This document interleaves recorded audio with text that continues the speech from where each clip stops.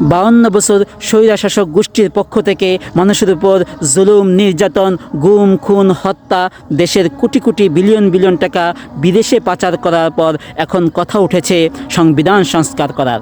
আমি বলি, মানব রচিত কোনো মতবাদের মাধ্যমে সংবিধান তৈরি করলে বাংলাদেশের মানুষের ভাগ্য কখনো পরিবর্তন হবে না। মানব রচিত কোনো মতবাদের মাধ্যমে সংবিধান সংস্কার করলে শুধু লেখার পরিবর্তন হবে, কাগজের পরিবর্তন হবে, লেখার ধরনের পরিবর্তন হবে, বইয়ের ধরনের পরিবর্তন হবে, কিন্তু বাংলাদেশের মানুষের ভাগ্যের পরিবর্তন হবে না, যেমনটি 52 বছর হয় নাই। আমরা 52 বছর দেখেছি অনেক নেতার পরিবর্তন হয়েছে, অনেক নেত্রীর পরিবর্তন হয়েছে, অনেক ক্ষমতার পালাবদল হয়েছে, এক দল এসেছে আরেক দল গিয়েছে, কিন্তু বাংলাদেশের মানুষের ভাগ্য কখনো পরিবর্তন হয় নাই। শুধু বাংলাদেশের মানুষের উপর জুলুম, নির্যাতন, গুম, খুন, হত্যা দিন দিন বাড়ছেই। অতএব বাংলাদেশের মানুষের যদি ভাগ্য পরিবর্তন করতে হয়, কোরআন ও হাদিসের আলোকে সংবিধান রচনা করতে হবে।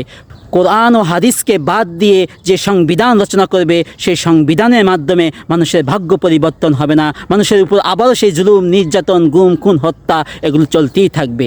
অতএব আমি দায়িত্বশীলদেরকে বলবো, আপনারা সংবিধানকে কোরআন ও হাদিসের আলোকে সংস্কার করুন, তাহলেই বাংলাদেশের মানুষের ভাগ্য পরিবর্তন হবে।